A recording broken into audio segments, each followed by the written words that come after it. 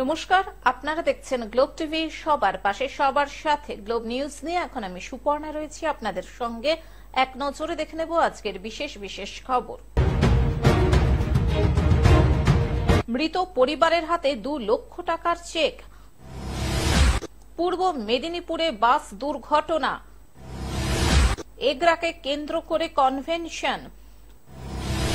উচ্ছেদে বাধা দিতে গিয়ে আটক দেবু ঘোষ। রহিম বক্সির সভায় জনজোয়ার। ফুটবল প্রতিযোগিতার উদ্বোধন। আসছি বিস্তারিত খবরে। মৃত পরিবারের হাতে 2 লক্ষ টাকার চেক। মুখ্যমন্ত্রীর নির্দেশে ইটভাটার চিমনি ভেঙে মৃত 4 পরিবারের হাতে 2 লক্ষ টাকা করে চেক। 5 জন আহতদের 50,000 টাকার চেক তুলে দিল রাজ্য সরকার। মৃতদের আত্মার শান্তিতে নীরবতা পালনের মধ্য দিয়ে চেক প্রদান করা হলো। কথা দিয়েছিলেন, কথা রাখলেন মুখ্যমন্ত্রী। ইটভাটা চিমনি কাণ্ডের ঘটনার 5 দিনের মধ্যে মুখ্যমন্ত্রী আর্থিক সাহায্য পৌঁছে দিলেন মৃত ও আহত শ্রমিক পরিবারের কাছে। 13 ডিসেম্বর বুধবার সন্ধ্যাবেলা উত্তর 24 পরগনার বসিরহাট থানার বসিরহাট 1 নম্বর ব্লকের শাকচুরা বাগুন্ডি গ্রাম পঞ্চায়েতের ধলতিথা গ্রামের ইটভাটার চিমনির তলায় আগুন লাগাতেই 120 ফুটের লম্বা চিমনি হুড়মুড়িয়ে ভেঙে পড়ে। তার তলায় দাঁড়িয়ে থাকা ভাটার মালিক অসিত ঘোষ, ভাটার শ্রমিক হাফিজুল মণ্ডল। এদের বাড়ি বসিরহাটের সোলাদানা ও পাইকার ডাঙ্গা গ্রামে। ভিন রাজ্যের তথা উত্তর প্রদেশের ফজরাবাদের বাসিন্দা। রাকেশ কুমার, জেঠুরাম সহ 4 জনের মৃত্যু হয়। আহত হয়েছিলেন বেশ কয়েকজন। এই খবর ছড়াতেই রাজ্যের প্রশাসনিক প্রধান মমতা বন্দ্যোপাধ্যায় মৃত পরিবারকে সমবেদনা ও তাদের পাশে থাকার আশ্বাস দেন। একদিকে ভিন রাজ্যের যে 2 শ্রমিকের মৃতদেহ তাদের পরিবারের হাতে তুলে দিয়ে তার সব রকম প্রশাসনিকভাবে ব্যবস্থা করেন, পাশাপাশি আর্থিক সাহায্যের কথাও ঘোষণা করেন। সবাই ফ্যামিলির সঙ্গে কন্ট্যাক্ট করছেন, আমরা অ্যাডমিনিস্ট্রেশনে কন্ট্যাক্ট করেছি। যদি এখন পরেও যদি কিছু সহায়তা দরকার হয় তাহলে আমরা আছি। আর এখন যেভাবে বিডিও সাহেব বলেছেন যে মৃত্যু যেটা হয়েছে ওনার জন্য 2 লাখ রুপিস গভর্নমেন্ট দিচ্ছে। যারা যারা অ্যাক্সিডেন্ট হচ্ছে ওনার জন্য 50,000 দিচ্ছে। এছাড়াও অন্যান্য সরকারি পরিষেবা আমরা অ্যাডমিনিস্ট্রেশন থেকে গিয়ে এখানে জেনেছি কে কি কি পরিষেবা ওনারা পাচ্ছে বা কি কি পরিষেবা পাচ্ছেন। যদি কোনো পরিষেবা এখনো পাচ্ছে না ওটাও আমরা ওনাকে এনরোল করে যত করে আমরা সহায়তা করার চেষ্টা করি। সেইগুলো আমি বক্তব্য ঘোষণার 5 দিনের মধ্যে মৃত 4 পরিবারের হাতে 2 লক্ষ টাকা করে, আহত পরিবারকে 50,000 টাকার চেক তুলে দিলেন উত্তর 24 পরগনা জেলা সভাধিপতি নারায়ণ গোস্বামী, বসিরহাটের মহকুমা শাসক আশিস কুমার, বসিরহাট 1 নম্বর ব্লকের বিডিও গোপাল চক্রবর্তী, বসিরহাট দক্ষিণ বিধানসভার বিধায়ক চিকিৎসক সপ্তর্ষি বন্দ্যোপাধ্যায়, বসিরহাট পৌরসভার চেয়ারম্যান অদিতি মিত্র রায়চৌধুরী, পঞ্চায়েত সমিতির সভাপতি উত্তম সর্দার সহ প্রশাসনিক আধিকারিকেরা। আমার তো পরিবারের সবাই অসুস্থ, পরিবারের তো সবাই অসুস্থ। আমার আর কিছু বলার নেই, আপনারা যেটা ভালো বুঝবেন সেটাই করবেন। রাজ্য সরকারের আর্থিক সাহায্য পেয়ে রীতিমতো খুশি মৃত শ্রমিকের পরিবার। এছাড়াও তারা দাবি করেছেন এটা ষড়যন্ত্রমূলক ঘটনা। যারা এই ঘটনা ঘটিয়েছে তাদের অবিলম্বে গ্রেপ্তার করে দৃষ্টান্তমূলক শাস্তি দিতে হবে। মৃত্যু হয়েছিল এবং 3 জন ইনজোর্ড ছিলেন। তাদের মধ্যে আজকে 4 জনের চেক আমরা ডিএম স্যারের কাছ থেকে পেয়েছি। মৃতদের 2 লক্ষ টাকা করে আর ইনজোর্ডদের 50,000 টাকা করে। বসিরহাট থেকে শ্যাম বিশ্বাসের রিপোর্ট, গ্লোব নিউজ। পূর্ব মেদিনীপুরে বাস দুর্ঘটনা। পূর্ব মেদিনীপুর সুতাহাটায় ভয়াবহ যাত্রীবাহী বাস দুর্ঘটনায় আহত প্রায় 20 জন। সোমবার দুপুর নাগাদ ঘটনাটি ঘটেছে পূর্ব মেদিনীপুর জেলার সুতাহাটা থানার অন্তর্গত দাড়িবেড়ায় হলদিয়া মেচেদা রাজ্য সড়কে। যাচ্ছি জাস্ট ওই তো দাঁড়িয়ে ওখানে হঠাৎ করে বাসটা মানে এরকম ভাবে দুলতে শুরু করলো। তারপরে কি হলো বুঝতে পারি না, মানে মাইল ওই যে কারেন্টের খুঁটিতে যে মারলো প্রথমে, মেরে জাস্ট প্রথমে আমি যেদিকে ডান দিকে বসেছিলাম ওই দিকে উল্টালো, উল্টে আবার বাসটা সোজা হয়ে আবার বাম দিকে উল্টিয়েছে। উল্টিয়ে এবার মানুষজন এবার বেরোনোর জন্য চেষ্টা সব, মানে তারপরে অ্যাম্বুলেন্স এলো, সব নিয়ে গেল লোকজনকে। জানা গিয়েছে, হলদিয়াগামী একটি যাত্রীবাহী বাস দ্রুতগতির সাথে যাওয়ার সময় নিয়ন্ত্রণ হারিয়ে রাস্তার ধারে ইলেকট্রিক পোস্টে ধাক্কা মেরে উল্টে যায়। ঘটনায় প্রায় 20 জনের মতো আহত হয়েছেন। তাদের স্থানীয়রা উদ্ধার করে চিকিৎসা কেন্দ্রে নিয়ে যায়। হলদিয়া মেছেদা রাজ্য সড়ক অবরুদ্ধ হয়ে পড়ে। ঘটনাস্থলে আসে সুতাহাটা থানার পুলিশ এসে পরিস্থিতি স্বাভাবিক করার চেষ্টা চালায়। এখানেও কাজ করছিলাম, তো একটু দূরে এই সাইডে এসেছিলাম, তো আমার থেকে 10 হাত দূরে অ্যাক্সিডেন্টটা ঘটেছে। তো গাড়িটা মানে প্রচুর গতিবেগে এসেছিল, বাম্পার টাম্পার মানে না এরকম একটা স্পিডে এসেছিল। তো বাম্পারটা ক্রস করার সঙ্গে সঙ্গে দ্রুত ব্রেক কষেছে, তার ফলে নিয়ন্ত্রণ হারিয়ে পাল্টিয়ে গেছে, দুবার পাল্টিয়েছে। আমার চোখের আগলে ঘটনাটা ঘটেছে। পূর্ব মেদিনীপুর থেকে মানস আদকের রিপোর্ট, গ্লোব নিউজ। এগরাকে কেন্দ্র করে কনভেনশন। এগরাকে কেন্দ্র করে জেলা গঠনের দাবিতে একটি কনভেনশন হলো এগরাতে। এগরা প্রেস ক্লাব ও এগরা মহকুমা বই মেলার যৌথ উদ্যোগে এই কনভেনশনের আয়োজন করা হয়। সোমবার এগরা স্বর্ণময়ী প্রাথমিক বিদ্যালয় এই কনভেনশন হয়। এই কনভেনশন থেকে দাবি ওঠে, এগরাকে কেন্দ্র করে দক্ষিণ মেদিনীপুর জেলা হওয়া উচিত। পশ্চিম মেদিনীপুরের কিছু অংশ, মোহনপুর, দাঁতন ও বেলদা, কাঁথি, এগরা, খেজুরিকে নিয়ে দক্ষিণ মেদিনীপুর জেলা হওয়া উচিত। জেলা শহর হওয়া উচিত এগরা।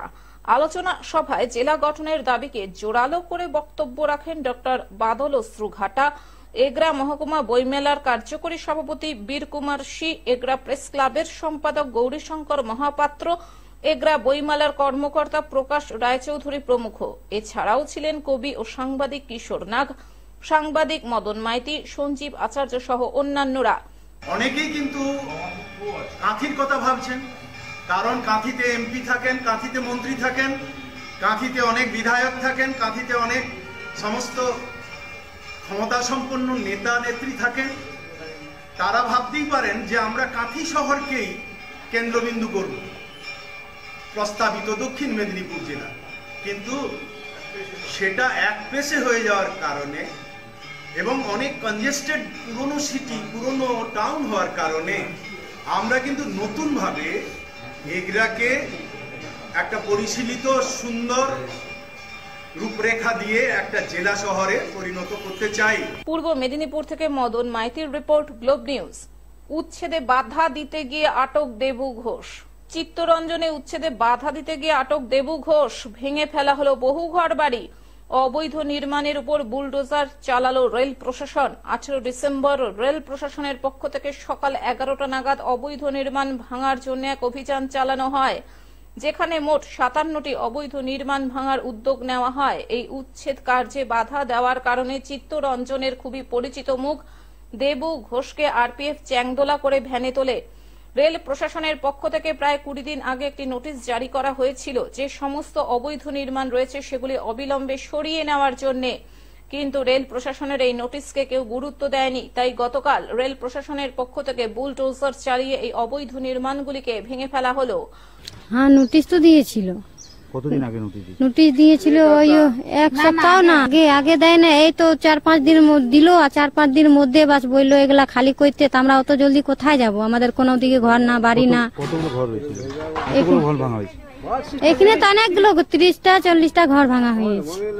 ফতেপুরের 56-57 নম্বর রাস্তার পাশে দীর্ঘদিন ধরে থাকা ঘর ভাঙতে শুরু করেছে রেল প্রশাসন, কিন্তু উচ্ছেদে বাধা দিতে এগিয়ে আসে সেখানকার আবাসিকরা এবং তাদের হাতে ছিল তৃণমূল কংগ্রেসের পতাকা।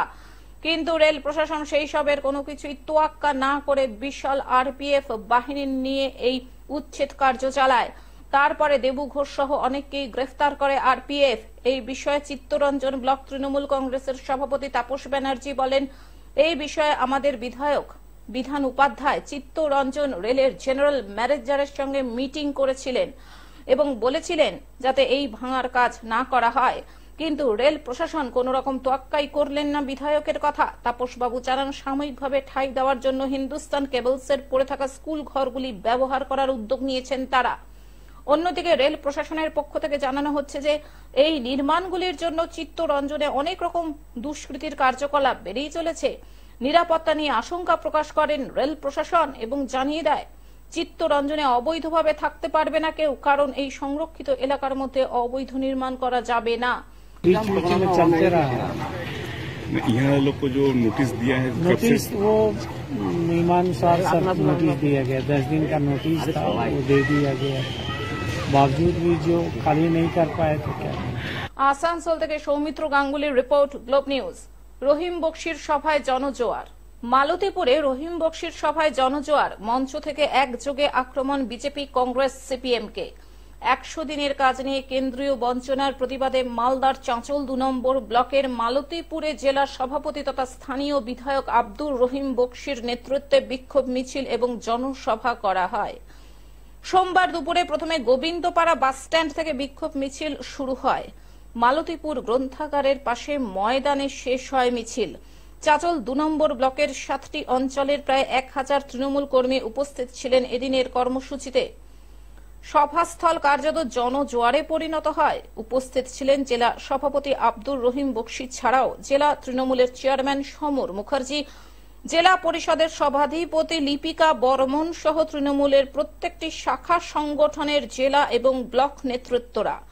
মঞ্চ থেকে একযোগে বিজেপি, কংগ্রেস এবং সিপিএমকে এক হাত নেন রহিম বক্সি। তিনি দাবি করেন মমতার নেতৃত্বেই দিল্লিতে বিজেপির বিরুদ্ধে লড়াই চলবে লোকসভায়। আমাদের পেটে পুরো খিদা। পশ্চিমবঙ্গের গরিব মানুষ যারা কাজ করেছেন 100 দিনের, 20 থেকে 21 লক্ষ মানুষ কাজ করেছেন, তারা খেতে পাচ্ছেন। আমাদের ক্ষুধার্ত পেট। গরিব মানুষ বৃষ্টির সময় বাড়িতে থাকতে পারেন না। আবাস যোজনার টাকা তারা বন্ধ করেছে। শুধু 100 দিনের টাকা, যেটা হকের টাকা, সেটা বন্ধ করেনি, কাজটাই বন্ধ করে দিয়ে, যেটা আইন সিদ্ধ, আইনে আমরা কাজটা পাই, সেটা আইনে রূপান্তরিত হয়েছে, সে কাজ তারা দিচ্ছেন। তার কারণে সিবিআই পাঠাচ্ছে, ইডি পাঠাচ্ছে, ভয় দেখাচ্ছে, দিল্লিতে গেলে পুলিশ দিয়ে পিটাচ্ছে। স্বরাষ্ট্রমন্ত্রী এরকম আচরণ আমাদের মনে হয়েছে 16 বইয়ের গব্বর সিং এর মতো তিনি করার চেষ্টা করছেন। কিন্তু আমি বলেছি, গব্বর সিং এর যে পরিণতিটা হয়েছিল 16 বইয়ে, মানুষ পশ্চিমবঙ্গের, ভারতবর্ষে ঠিক করবেন। আমাদের ভারতবর্ষে যে নতুন গব্বর সিং এর জন্ম হয়েছে, তারও একই অবস্থায় এসে পৌঁছাবে। মালদা থেকে অভিষেক দাসের রিপোর্ট, গ্লোব নিউজ। ফুটবল প্রতিযোগিতার উদ্বোধন। রবিবার পূর্ব বর্ধমান জেলার কাটোয়া 2 নম্বর ব্লক তৃণমূল কংগ্রেসের পক্ষ থেকে এমএলএ কাপ ফুটবল প্রতিযোগিতার উদ্বোধন করা হল মেঝিয়ারি হাই স্কুলের মাঠে। উপস্থিত ছিলেন কাটোয়া 2 নম্বর পঞ্চায়েত সমিতির সহ সভাপতি রাজীব চ্যাটার্জি, প্রাক্তন পঞ্চায়েত সমিতির সভানেত্রী নিশাদ সামন্ত, কাটোয়া 2 নম্বর পঞ্চায়েত সমিতির শিক্ষা কর্মাধ্যক্ষ সুমিত মুখার্জি, কাটোয়া 2 নম্বর ব্লক তৃণমূল কংগ্রেসের সভাপতি পিন্টু মণ্ডল, জেলা পরিষদের সদস্য নিতাই সুন্দর মুখার্জি, পঞ্চায়েত সমিতির পূর্ত কর্মাধ্যক্ষ গৌতম ঘোষাল সহ অন্যান্যরা। এদিন ফুটবল খেলা হয় Purba Bardhaman police line athletic club ও মেঝিয়ারি পাওয়ার হাউসের মধ্যে। Purba Bardhaman police line athletic club 5-0 গোলে মেঝিয়ারি পাওয়ার হাউসকে পরাজিত করে। খেলায় চ্যাম্পিয়ন হয় Bardhaman police line athletic club. এই খেলা দেখতে প্রচুর মানুষ হাজির হয়েছিলেন মাঠে। কাটোয়া 2 নম্বর ব্লক তৃণমূল কংগ্রেসের উদ্যোগে 2011 সাল থেকে এখনো পর্যন্ত আমাদের এলাকায় সবচেয়ে জনপ্রিয় যে প্রতিযোগিতা, সেটা হচ্ছে আমাদের এই এমএলএ কাপ প্রতিযোগিতা। আজকে আমাদের এই বছরকার 2023-এ আমাদের এমএলএ কাপের উদ্বোধন হলো মেঝিয়ারি সতীশচন্দ্র শিশু উচ্চ বিদ্যালয়ের মাঠে। আমাদের এই এমএলএ কাপ আমরা পরিচালনা করি। আমরা দেখেছি এলাকায় সমস্ত ক্রীড়ামোদী মানুষ এই খেলার জন্য উৎসুক হয়ে বসে থাকে এবং আমাদের উদ্বোধন থেকে একদম ফাইনাল পর্যন্ত প্রচুর মানুষ এখানে সমবেত হয়। তারা প্রত্যেকেই এই খেলাটাকে উপভোগ করে। কাটোয়া থেকে রাহুল রায়ের রিপোর্ট, গ্লোব নিউজ। এখন থেকে গ্লোব টিভি দেখুন আপনার স্মার্টফোনেও। গুগল প্লে স্টোর অথবা অ্যাপল স্টোর থেকে ডাউনলোড করুন গ্লোব টিভি লাইভ অ্যাপ এবং জিও টিভি অ্যাপ।